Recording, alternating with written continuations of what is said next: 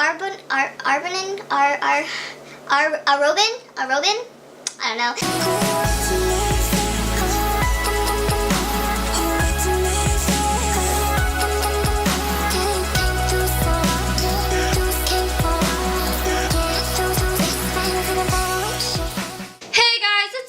And today I'm reviewing The Assassin's Blade by Sarah J. Maas. So how I'm going to review this book is by reviewing them by novella, and then I'll do sort of an overall review of The Assassin's Blade. I will also, in the description, put down all the times that each review or each section of the video starts. So if you're only interested in a certain section of this video, go down there. So yeah, let's get on with the video. Loved this book. 5 out of 5 stars on Goodreads, and I give it an A as a letter grade. I definitely recommend you to read this before Throne of Glass or right after Throne of Glass, latest after Crown of Midnight, because, I mean, Crown of Midnight was when it was published, but if you read it before, it just gives you a better idea of who Selena is and all of her choices that she'll be making in the Throne of Glass series, because there's sort of like a frustrating aspect to her being selfish, but you understand it more if you read Assassin's Blade before you read the series. The Assassin's Blade is more what I was expecting from the Throne of Glass series, it being focused on being an assassin, or at least I'm referring to just the first book. I haven't read any of the other ones, but I thought Throne of Glass was going to be more about like the assassin in general, because that's all I've heard about. Throne of Glass is assassins, Throne of Glass is assassins. But this book is about being an assassin, and that's something that I really wanted to see a lot in Throne of Glass. It was literally the second page of chapter 1. There was already an example of like that assassin-esque kind of thinking. She never liked Georgie anyway. When she was 10, she fed his horse a bag of candy, and he threw a dagger at her head for it. She caught the dagger, of course, and ever since, Georgie had borne the scar on his cheek from her returning throw. I just love how like she was able to catch the dagger, no problem, throw it back, and she gave him the scar. So in the beginning, Sam and Selena are sort of like rivals. She's supposed to be a Robin's, sorry if I'm pronouncing it wrong, protege and heir. Selena tells us that Sam has always been a little bit jealous of that. If Sam took another step toward her, drew his sword a fraction of an inch, that concealed dagger in her robe would find a new home in his neck. Also, I really like how Selena, although she might be an assassin, she still cares about other people. We really get a glimpse of the assassin Selena is. A lot in Throne of Glass, we don't get to see her full potential. Why she's called Arlen's assassin, why she's the most notorious assassin here. And I was afraid that she wasn't the best, but in here you really get to see it. You get to finally see like how an assassin thinks, like checking the room for peek holes and spy holes and covering up the windows so that she can take off her mask. And I love how she wears the mask,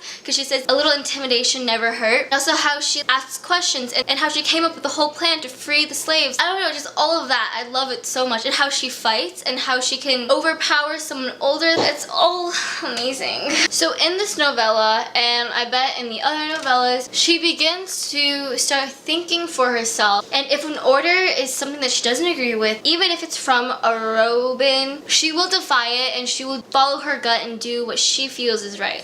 And I love how assertive she is. You're gonna do what I say because I'm Selena Sardothian, I am Arlen's assassin, I am the most notorious assassin, you are going to listen to me. So about Sam, well, I couldn't help but imagine that they were the same person. I was like literally, I couldn't stop imagining Sam being Kale. I couldn't help it. I feel like him and Kale are very similar. They're both very serious and dedicated and loyal. Yeah, I love the ending when they hugged and she was like, if you tell anyone about this, I will gut you. And I really liked how it started off in, I think it's Irene. We get to kind of see what others' perception of Selena is. And also I found out that she has no idea what happened to Sam, but I like how no matter what, she still thinks she's right.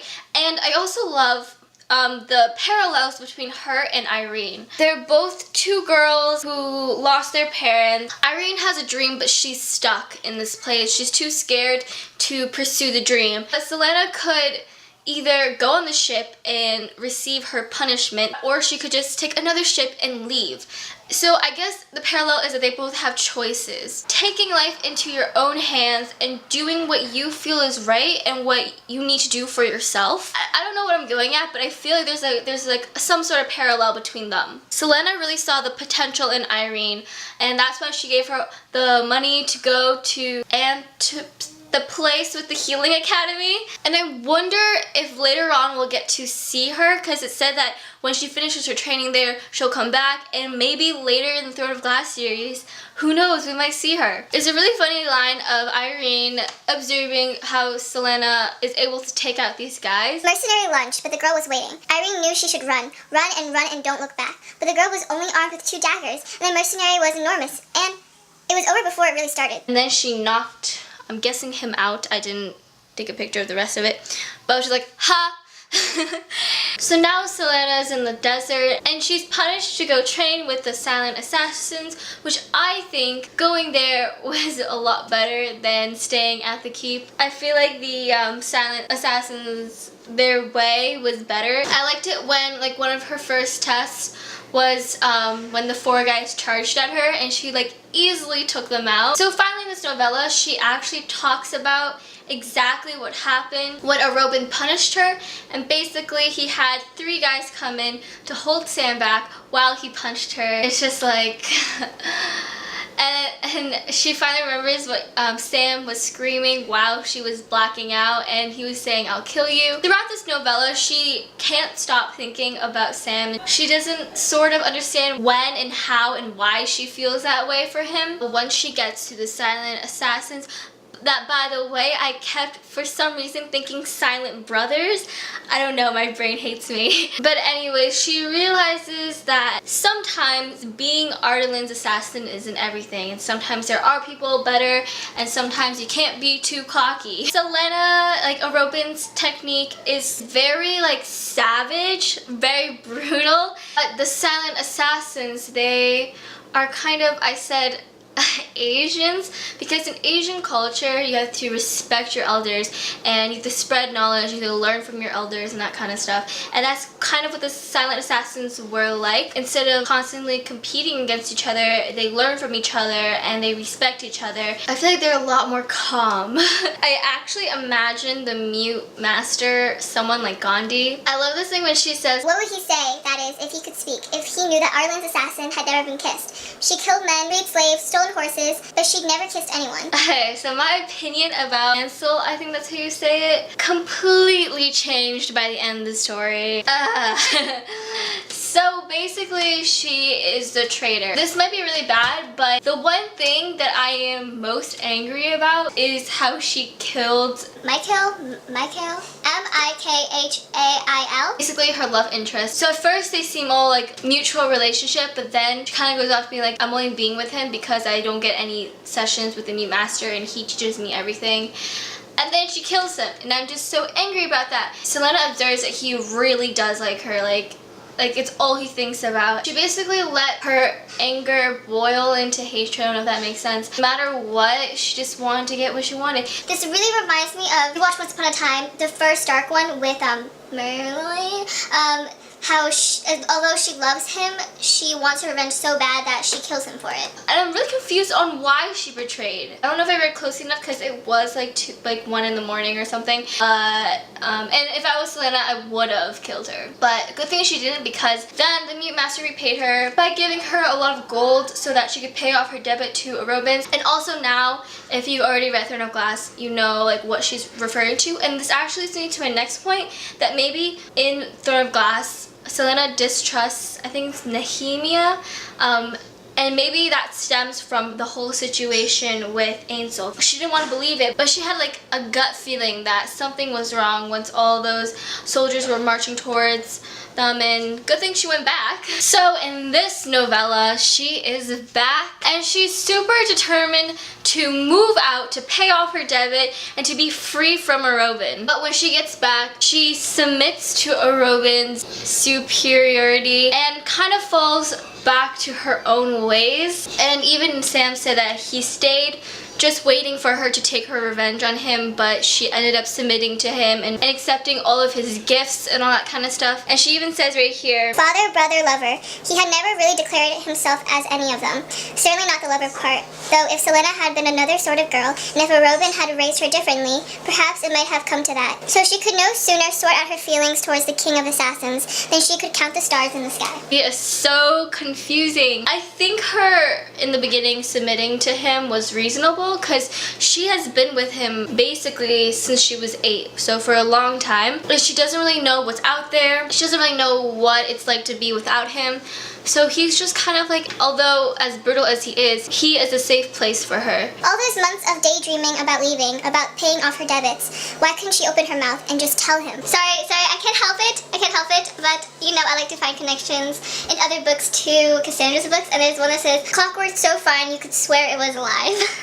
Sorry, I get referral devices. There was such a cute scene. I think they were at the theater and Selena turns around and says to Sam, you look handsome. And then later he says, you look beautiful. And then, oh, so cute. Oh, and then there's another cute scene. Kind of funny, but then I kind of made up because she said, I missed you. And then she said, I hate to admit it, Sam Cortland, but I missed your sorry ass too. and oh my god, this is by far my favorite novella. Do you know why? Not only does she stand up to Robin, I'm pretty sure there's a cameo of Dorian and Kale on page 282, 283. 4 young men wearing masks stood atop the steps, surveying the crowd. It took all of 2 heartbeats for her to see that the dark-haired youth was their ringleader, that the fine clothes and masks they wore made them nobility. So could have been the prince. Probably nobles looking to escape the filthy, stuffy function and savor the delights of Rifthold. The masked strangers swaggered down the steps, one of them keeping close to the dark-haired youth. Kale. That one had a sword, she noticed, and from his tense shoulders she could tell that he wasn't entirely pleased to be here. But the lips of the ringleader parted in a grin as he stalked the crowd. Gods above, even with the mask obscuring half of his features, he was handsome. Dorian is handsome. And dark hair. It took the masked stranger a few minutes and a knowing smile for her to suggest that she too knew exactly where he was. But soon she felt a hand slip around her waist. Some party, the stranger whispered in her ear. She twisted to see the sapphire eyes gleaming at her. But then Sam cuts in and ruined the moment, but at the same time, I'm not mad at Sam. And also, isn't that funny? Because remember the scene in Third Glass, if you've read it, when Selena crashes the party and she's walking down the top and like Dorian and Kale like just can't stop looking at her? Was kind of reversed here because like now they're walking down and she can't stop looking at them. And also in Third Glass, Dorian says that he felt like he's seen her somewhere before. Cough cough, maybe that party. My heart couldn't handle it. The feels are too extreme. I was just squealing for like 5 minutes before I could continue reading. Action was intense in this one. She threw herself into the grate one last time. The water hit her boots. She shoved her fingers through the grate holes and began screaming. She screamed until her lungs burned. Screamed for help, anyone to hear. And then, Selena? It was a shout. And it was close. Selena sobbed when she heard Sam's voice. She could feel the rumble of the steps, and then, holy God, Sam's face swam into view through the grate. I've been looking for you for 20 minutes, he said. Hold on. His calloused fingers latched onto the holes, and she saw them go white with strain. She saw his face turn red, and then he swore. The water had reached her calves, and as he pulled, she pushed. The grate wouldn't move. They tried again and again. The water hit her knees. Get as high as you can, he barked. She already was, but she didn't say anything. She caught a flash of a knife and heard the scrape of a blade against the grate. He was trying to loosen the metal by using the blade as a lever. Push on the other side. She pushed. Dark water lapped at her thighs. The knife scraped in two. Sam swore violently, began yanking the grate cover again. Come on, he whispered, more for himself than to her. The water was over her waist now, and over her chest a moment after that. Rain continued streaming through the grate, blinding her senses. Sam, she said. I'm trying, Sam, she repeated. No, he spat. Please, Sam begged, as he beat and yanked on the crate, and then tried to wedge another dagger under the lid. Please don't. She knew he wasn't speaking to her. The water hit her neck. Please, Sam moaned, his fingers now touching hers. She had one last breath, her last words. Take my body home to Terrasan, Sam, she whispered, and with a gasping breath, she went under. Sorry if my reading wasn't adequate enough for the action, but I put it down because I loved how it kept going like, oh, the water was below her, the water was at her feet, the water was at her knees, the water was at her thighs, and then her waist, and then at her shoulders, and then her neck, and then she went under. Like, I like that. Like, it kind of like rushed you because you're reading because you want to read faster and to see what would happen. And just a quick side note, these are my aunt's Harry Potter books. She only has 6 of them. She doesn't have the 5th one for some reason. And the 4th one doesn't have cover, which is really annoying me. They're so beautiful. I have yet to read Harry Potter, so this is a good thing. Okay, back to this. And then in this novella, But in this novella, he said, I love you. And he never told her because he thought that she would choose a Robin over him. And then she was like, you damned idiot, she breathed. You are a moron and an ass and a damned idiot. He looked like she had hit him, but she went on and grasped both sides of his face. Because I would pick you.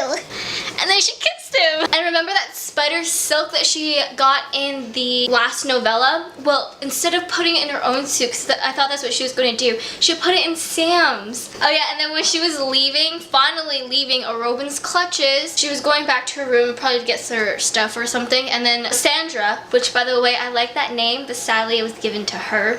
But anyways, Lysandra walks over, starts gloating like, oh yeah, I broke records and your gold will be well spent. She got so mad that she just took a dagger and threw it at Lysandra, but like just missed her head by like that much, and I was just like, yes, slay. I can't believe Robin for deceiving her. I mean, I saw it coming, but at the same time, why? And I hate, because she probably feels so bad now that she gave all the slave information to the person that was actually doing all the stuff and not him. And I saw something weird about this, but like I didn't really catch it, if you know what I mean. Like I felt it, but I didn't pay attention to it. So I had a theory for this one, and my theory was that the job Sam found was just a trap set up by Robin because he knew that they would need more money to pay off the departing fee or something. And honestly, throughout this whole entire novella, I was just so hesitant, tried so hard to keep my emotional guards up because we all know what happens to Sam. And there's a person where she was just like, she wants to wait to have like, you know, with him,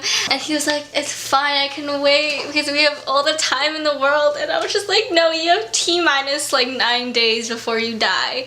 And I actually had a kind of a small bit of hope that he was going to live, but I'm glad he's dead though, because we don't need a love square right now. And honestly, Robin isn't just the king of assassins, but he's the king of manipulation. Even with me, sometimes I didn't know what he was going at, and he's so confusing, and like I hate him so much because he keeps like saying things that he knows will hurt Selena like, at the right times, and like she just doesn't know how to like detach herself away from him. And I was literally crying when I found out that the saying that I will not be afraid came from Sam, because we know in Throne of Glass, or if you don't know, but we know in Throne of Glass that when she's afraid or she feels like she's not going to be able to withstand the adversity, she will always say, I will not be afraid. And we found out that it comes from Sam, and it just puts so much more meaning behind it. And afterwards, in Assassin's Blade, there's a small excerpt of Throne of Glass, and I read it, and when she said, I will not be afraid, like, it just puts so much more meaning behind the word. And honestly, this book makes me want to reread Throne of Glass, but I don't have time for that. But if I did have time, I probably would have reread the book. And I was so mad at Selena when she, like, knocked out Wesley, because he was warning her. He probably knew that Robin was behind this. And just listen. Like, sometimes she needs to stop being so hot-headed and just allow people to talk. It's so frustrating. And then when Ferdinand was like, why did you betray her and whatever that stuff, Robin says, because I don't like sharing my belongings. So I told myself to read pages 434 and 435. I said it was very powerful, and I don't remember what it is, and I put the cover on upside down. Good going, Lily. Her trembling paused for a heartbeat. She knew that breeze. She knew the chill bite beneath it. Knew it carried a hint of pine and snow. Knew the mountains from which it hailed. A northern breeze. A breeze of Terrasan. She must stand or be broken before she even entered Endovir. My name is Selena Sardothian, she whispered onto the floor, but her lips shook hard enough to cut off the words. Somewhere, someone started screaming. My name is Selena Sardothian, she tried again. She gasped down uneven breaths. The breeze grew into a wind, and she closed her eyes, letting it sweep away the ashes of the dead world, of that dead girl. Selena opened her eyes. She would go into Endovir, go into hell, and she would not crumble. She would not break. And someday, even if it took her until her last breath, she'd find out who had done this to her, to Sam. She wiped away her tear as the wagon entered the shade of the tunnel through the walls. Whips and screams and clanks of chains, she tensed, already taking in every detail she could. But she squared her shoulders, straightening her spine. My name is Selena Sardothian, she whispered, and I will not be afraid. So overall, I really like this, and I find that reading it before Throne of Glass or right after Throne of Glass is the perfect time to read this book. You really care about Selena now, and you just want her to get her revenge on Robin, and you also want her to have the best. Overall, I loved it. 5 out of 5 stars on Goodreads. Oh, and also my favorite novella, I think, has to be Assassin and the Underworld. It's the first one that she's back, and you know, her and Sam really develop, and I think that was my favorite one. Comment down below what was your favorite novella. And yeah, that's all I have to say for that book review. I think it might be longer just because I kind of went in pretty detail for each novella. But nevertheless, I hope you enjoyed it. Thanks for watching, and have a great day, afternoon, wherever you are. Bye! Today I'm going to be doing a That Book review on Eleanor Park. Obviously, I love this book. It was great. Something about this love story, I don't know how to describe it. And we're doing a That Book review on Throne of Glass by Sarah J. Maas. It was amazing, amazing, amazing, amazing. Literally, my heart was racing so fast.